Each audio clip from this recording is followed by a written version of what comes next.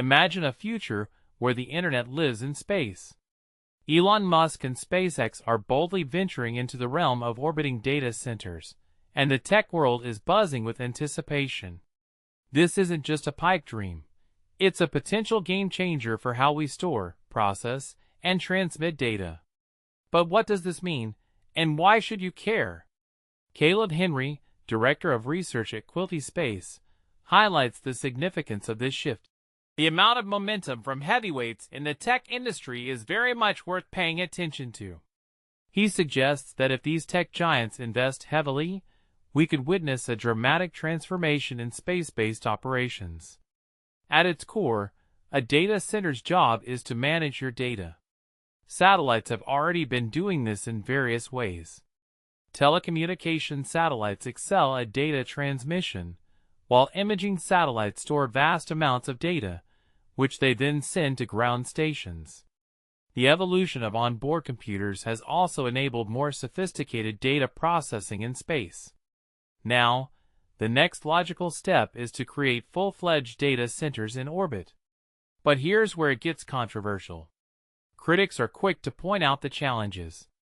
Building space-based data centers would require massive satellites with enormous solar panels to provide the necessary power. However, Henry points out that SpaceX's Starlink V3 satellites are unlike anything we've seen before. A massive leap in capacity. SpaceX's current Starlink V2 mini satellites offer a maximum downlink capacity of approximately 100 gigabits per second. The V3 satellites are poised to increase this by a factor of 10, reaching 1 Tbps. While this level of capacity isn't entirely unheard of in the satellite world, the scale at which SpaceX plans to operate is unprecedented. For context, consider Viasat's investment in the Viasat-3 geostationary satellite. They spent hundreds of millions of dollars over nearly a decade to build a satellite with a capacity of 1 Tbps. SpaceX plans to launch dozens of Starlink V3 satellites. Henry estimates around 60, with each Starship rocket launch. These launches could begin as early as the first half of 2026, as SpaceX has already tested a satellite dispenser on its Starship vehicle. Henry emphasizes, "Nothing else in the rest of the satellite industry that comes close to that amount of capacity."